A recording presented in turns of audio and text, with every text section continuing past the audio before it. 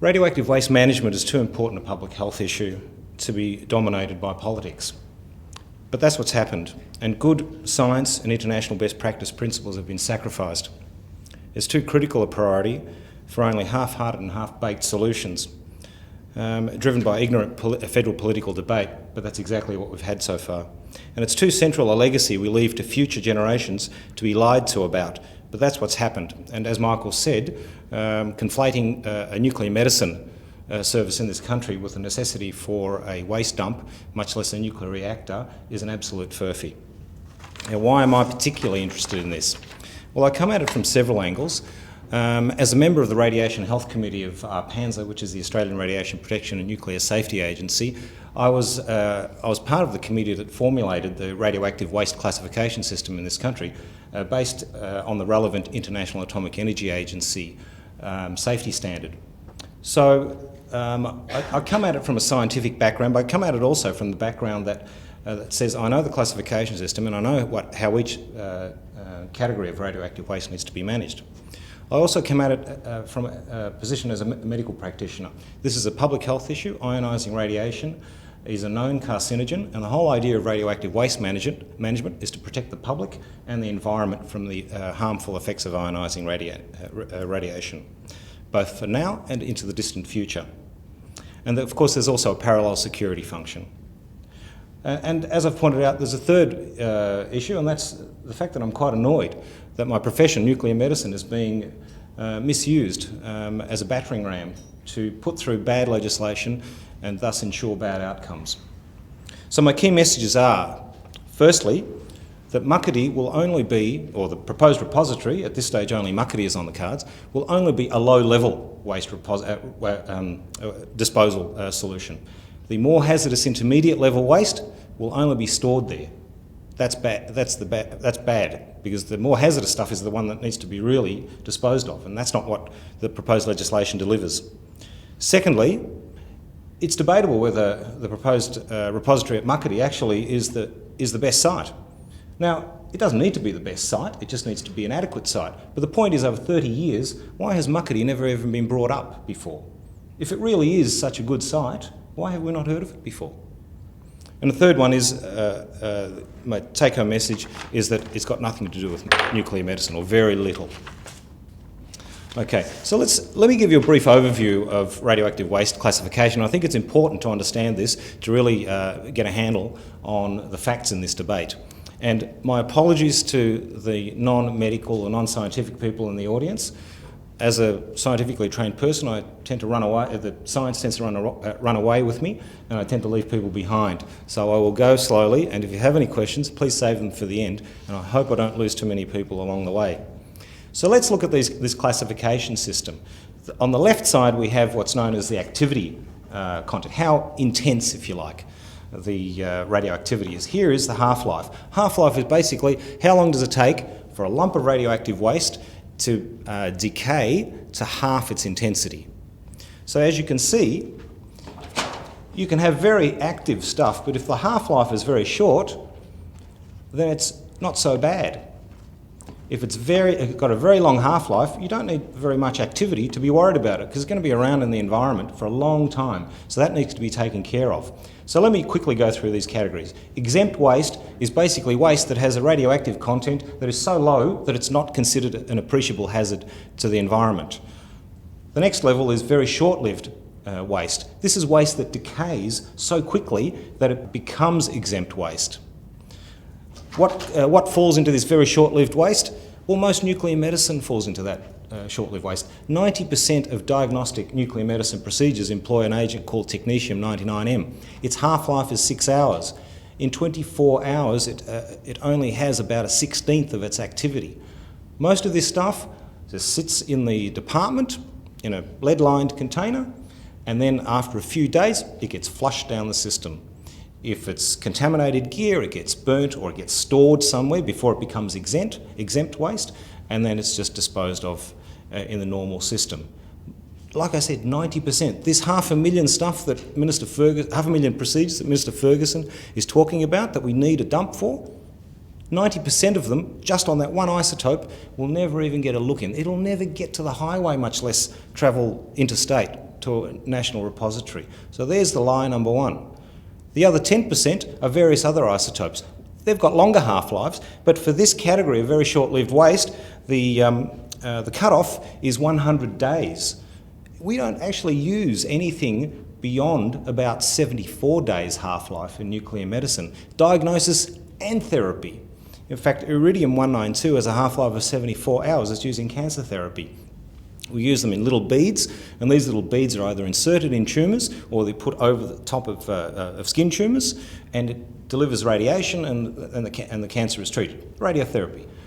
74 days. That's very short-lived waste. It's kept on site. Four half-lives, so what's that, about 280, say 6 months, and then it becomes exempt waste. However, there are teletherapy machines, which are radiotherapy machines, which transmit a lot of radioactivity, and they may have longer lived waste in them. But you know what? Most of these machines, part of their licensing criteria is they've got to be shipped back to the person who sold it to us. We're not stuck with them. There are some machines that we're stuck with, and that's what goes into low-level waste. But it's a small fraction of the waste that we have.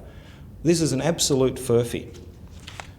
The next category, very low-level waste, is waste that has a longer half-life but has much less activity. Because it's got a longer half-life, we've got to put it in a shallow pit. And we probably keep it there for maybe 2 or 3 years. Decays into exempt waste, and then it can get dug up and can be disposed of in the normal waste. Remember, radioactive waste is about time and activity.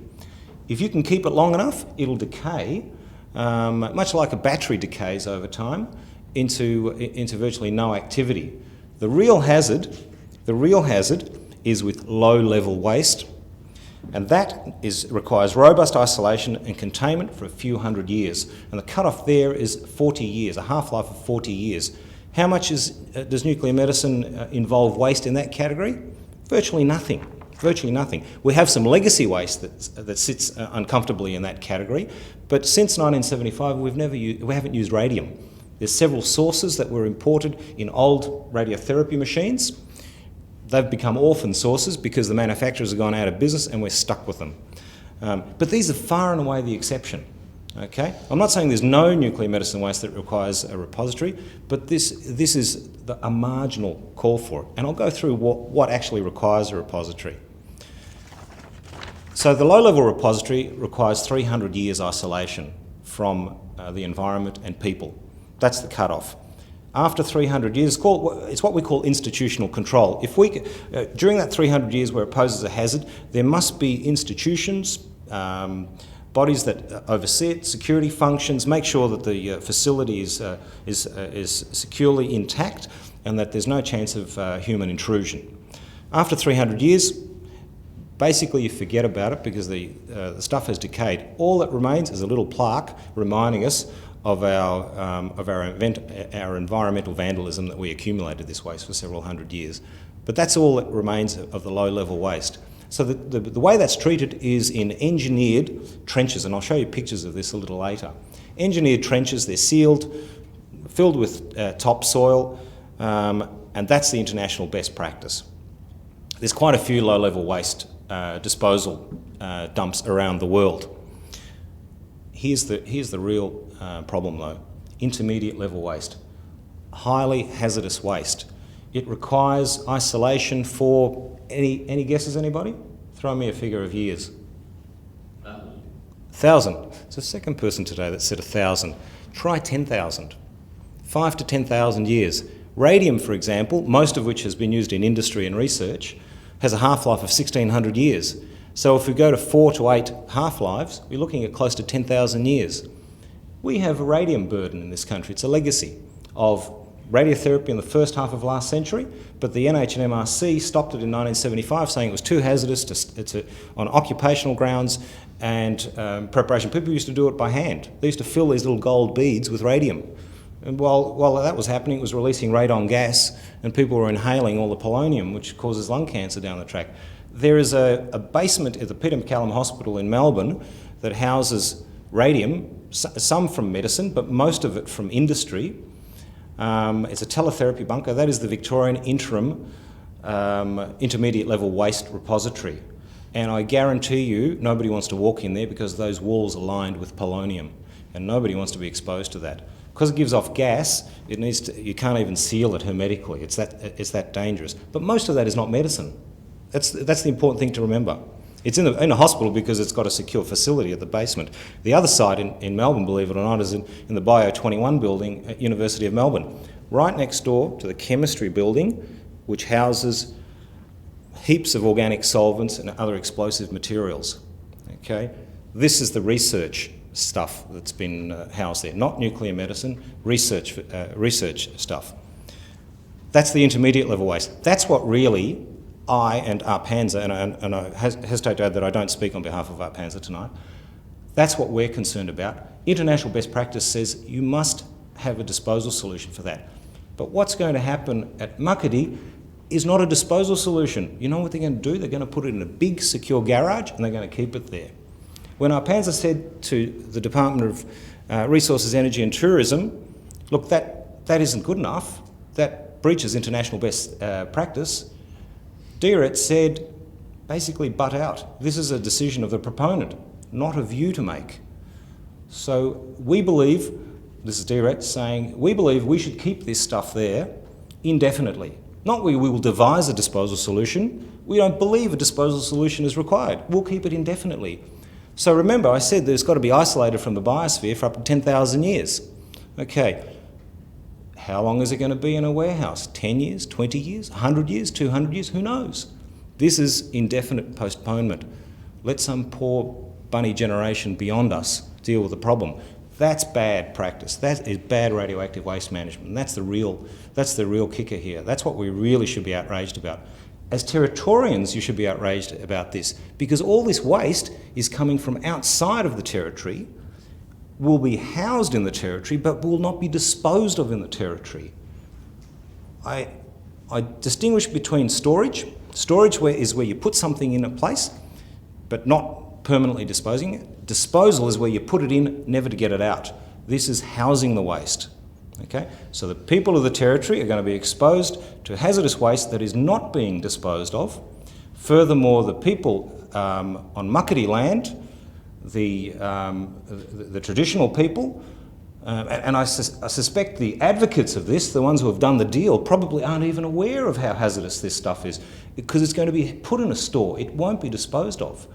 And and we've pointed this out to DRET, and they've basically said, butt out. So in summary, just before I go on to the next section, where does nuclear medicine fit? As I've said, it fits up here. Landfill disposal, on-site storage, certainly not a repository. The repository is a disposal solution for low-level waste. Okay? Whether it does that properly or not is a second issue, and I'll cover this in a moment.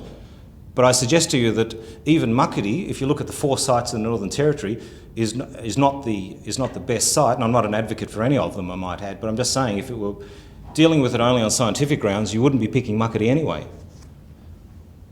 Here's the intermediate level waste. It sits in a shed.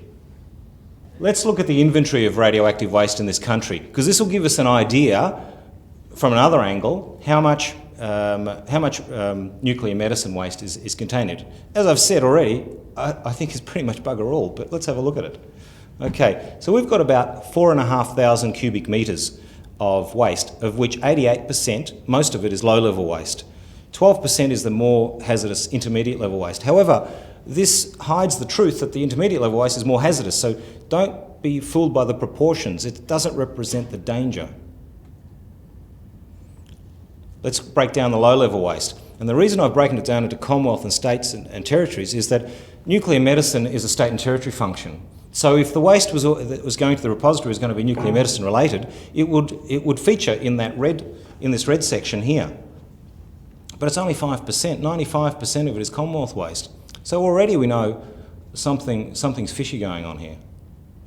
Let's break down the Commonwealth low-level waste. Remember, this is the stuff that gets buried in a shallow trench filled with dirt, not the intermediate, more hazardous stuff. Although this is hazardous anyway, remember. It's got to be isolated for 300 years. Almost half of it is due to the Lucas Heights reactor from its operation. The rest, over half, is due to CSIRO soil research in the 50s and 60s. ore research in the 60s and 50s and 60s. 5% is miscellaneous. Here we have research sources, industrial sources, things like industrial radiography sources, where when they do welds on pipes, they use a radioactive source to deliver a high beam of gamma radiation, and they take an X-ray to make sure there's no cracks, that it's sealed and all that sort of stuff. Pavement density things, the Coke bottles that you see on a bottling plant, the way that the way that they know how much to fill the bottles is there's a radioactive source. It fires a beam. As soon as the level gets to a certain point, it cuts the beam, it shuts off the filling of the bottle. There's a lot of radioactive stuff being used in industry and research. Medicine probably uses the least of the radioactive compounds in this country.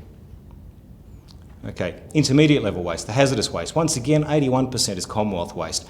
The minority is from the states and territories, so even if it was say it was all nuclear medicine, it'd still be the minority, and it's not, of course.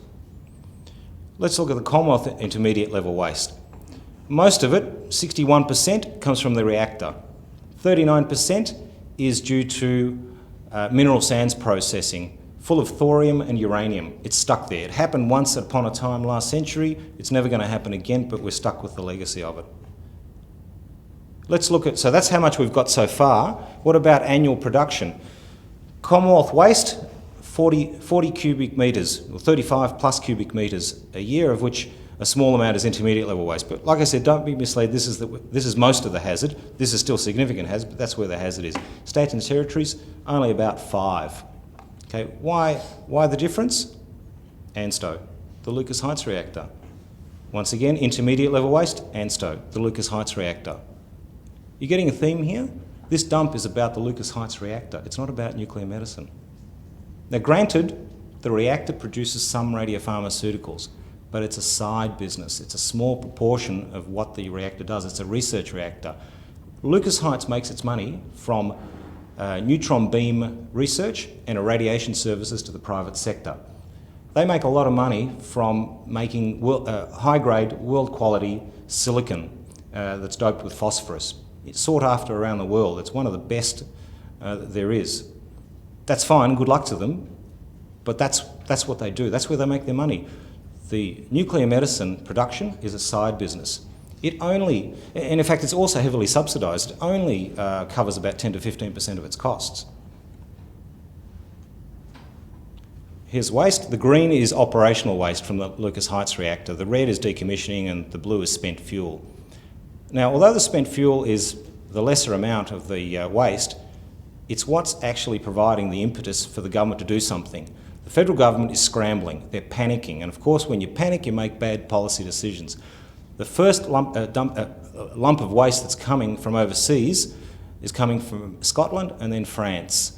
Remember, this is fuel rods from the previous reactor. The new one has yet to actually send stuff overseas for processing. We're sending that to the United States. It gets sent to France and Scotland. They strip out the uranium and the plutonium. The contracts were signed when they thought there was a market for it. There's not. They're stuck with it. Good luck to them, but they're sending us the waste. That's what we're getting back. Spent fuel might be intermediate level waste, but it might as well be high level waste when it comes to the potential environmental hazard, which is where the danger lies. So what this shows in the next 40 years, what is the incremental waste? The incremental waste is somewhere between 80 and 90% related to the Lucas Heights reactor. Only a small proportion is non-Lucas Heights. And if we combine it all, the historical waste, the future waste over the next 40 years, we see 93% of it is Commonwealth waste, predominantly ANSTO Lucas Heights reactor waste. The 36% red stuff here is the soil that I spoke about. There's only 4% that's not related to those two groupings. And that 4% is mainly industrial and research stuff. There might be a few legacy sources. Remember I spoke about the radium?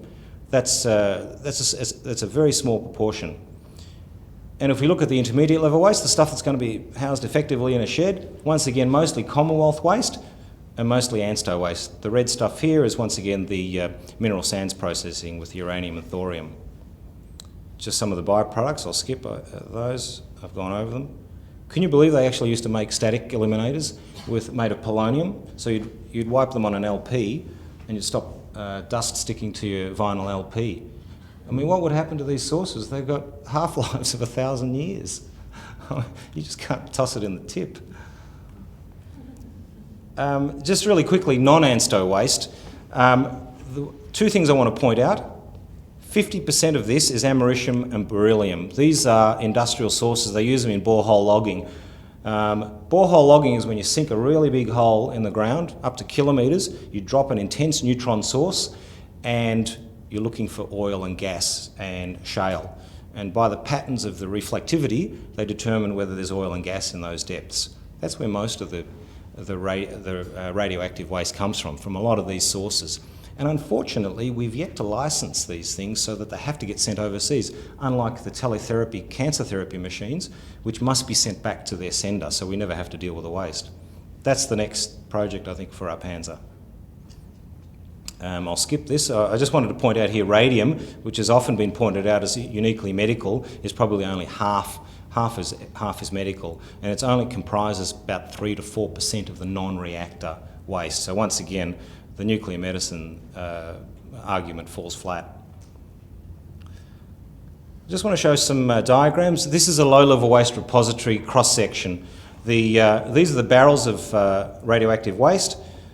Here's some backfill material, compacted bottom or a concrete layer, impermeable liners up here, drainage layers, layer upon layer, intrusion barriers, soil covering. The whole idea of low-level trenches, low-level waste trenches, is firstly you have natural barriers. That's your primary barrier.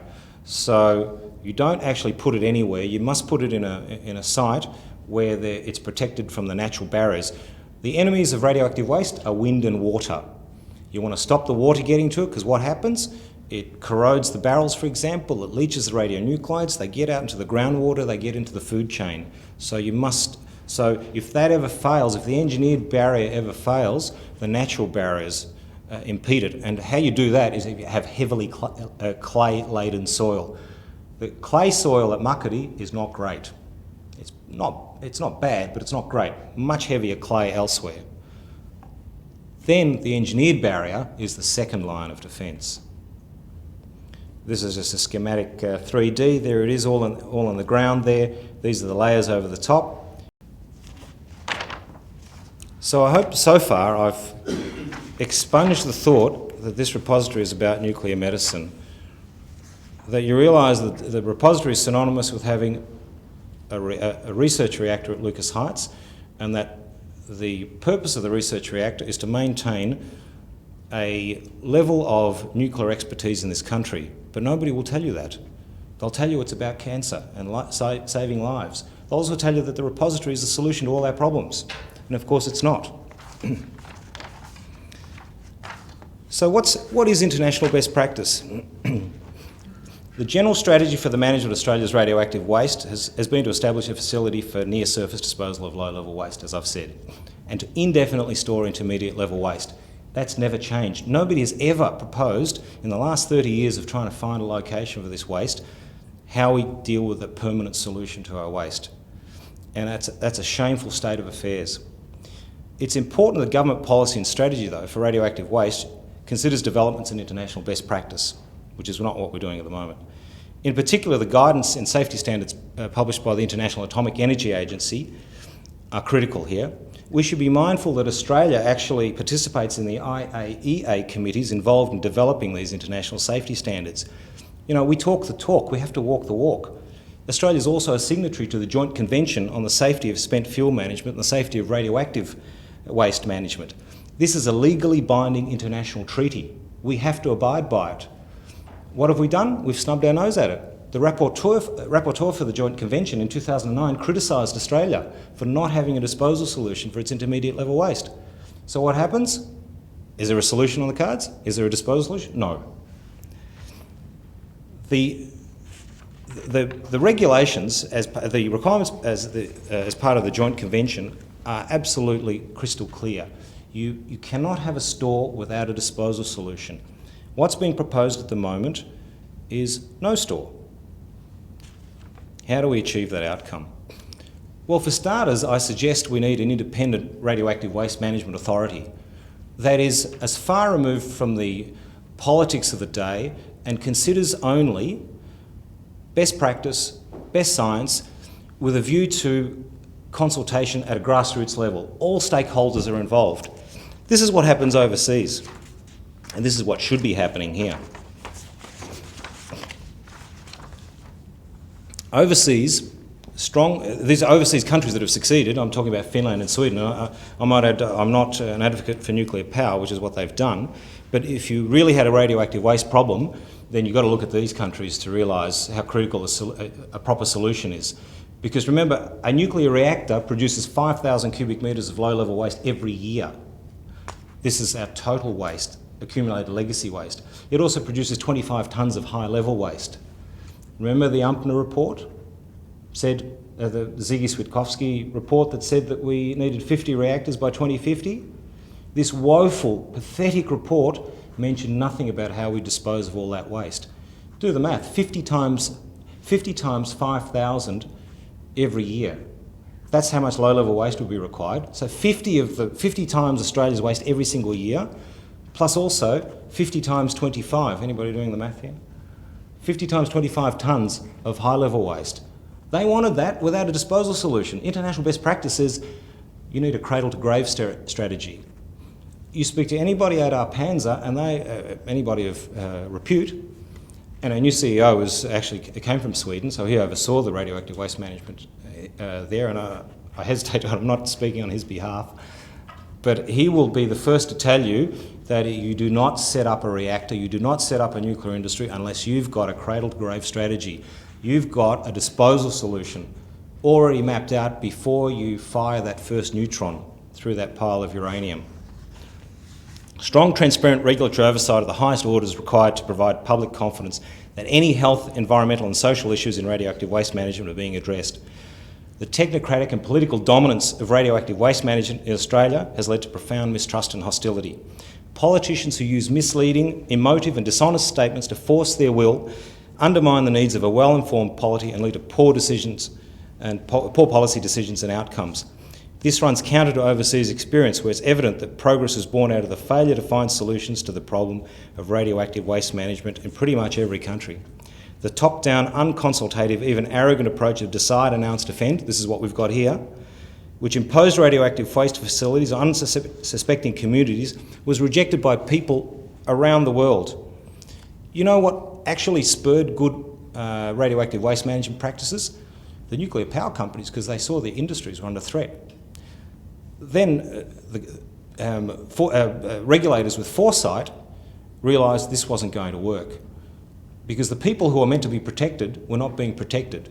And all of a sudden, the people who actually dominated the political debate, which were the nuclear power companies in these countries, realised, whoa, we've got to actually speak to people. You know, amazing that they'd finally come to that conclusion, but that's what happened.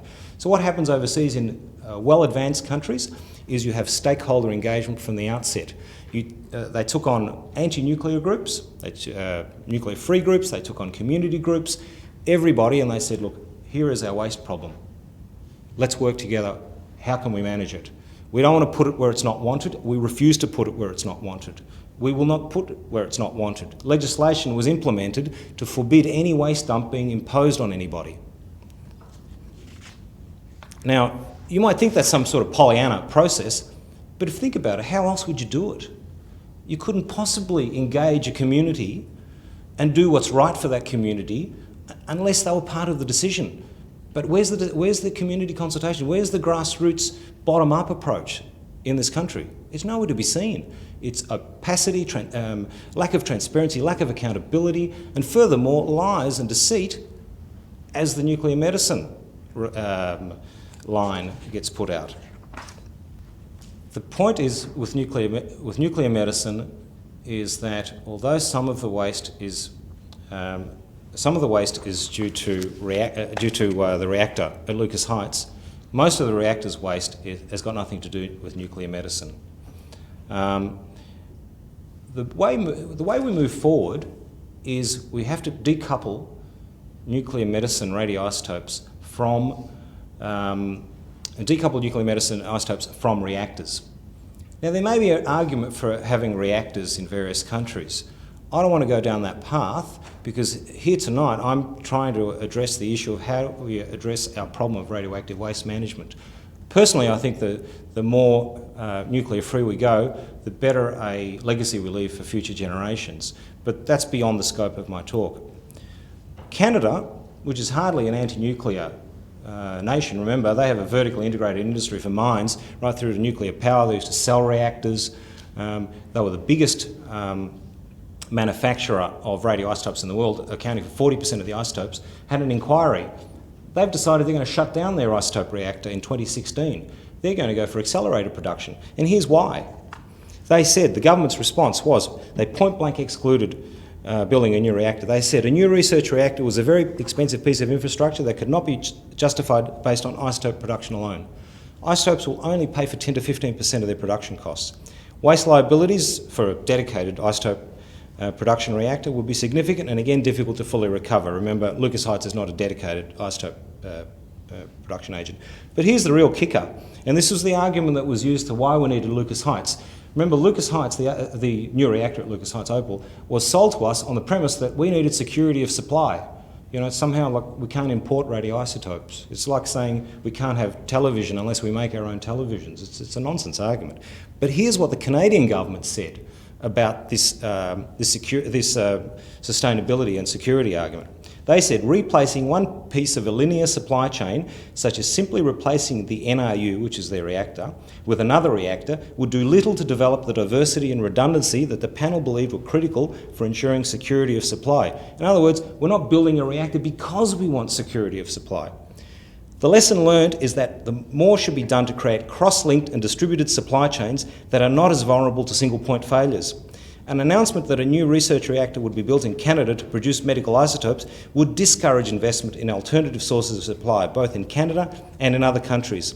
The supply chain would continue to remain vulnerable to the single point of failure problem that exists today, and generators would likely be manufactured outside of Canada. Also, purchasing off-the-shelf reactor technology from a foreign vendor, as we have done, would do little to maintain Canada as a leader in isotope technology. They're not saying we're going to suffer for a bit while we get away from nuclear reactors. They're saying nuclear reactors are actually a liability. That's not where this country wants to go. Remember, they're a nuclear-powered nation. So if it's good enough for Canada to insist on non-reactor production of radiopharmaceuticals, why isn't it good enough for us? Let me say in conclusion, the fundamental tenet of waste management is to avoid it in the first place. Failing that, it must be minimised. The vast majority of radioactive waste into the future will be due to the operation of the Lucas Heights nuclear reactor. Nearly half of the legacy waste is also due to the reactor. The justification of the new reactor, which has a service life of 40 years, has always been the provision of nuclear medicine services, and particularly, emotively, cancer treatment. Now it's being used to justify a radioactive waste repository. Make no mistake, our unfortunate legacy of radioactive waste needs to be disposed of properly and safely, based on sound science and with due regard to the safety of individuals, society and the environment. However, equally, the process needs to be inclusive, transparent and consultative. It's not what we've been getting. The proposed repository at Muckaty fails on both counts. Firstly, failing to dispose of the most serious intermediate level waste and in contravention of international best practice and the Joint Convention we're a signatory to, and IAEA requirements, even if it is able to meet the needs of low-level waste disposal. It secondly fails procedurally with the jackboot imprints of a discredited, decide, announce, defend method of imposing a government's will whilst attempting to stifle all means of redress. And Kat mentioned about how draconian the legislation is. As a consequence, we now have flawed policy, bad legislation and a court battle between members of the Ngapa clan who have been ignored in the process whereby their land was quote-unquote volunteered.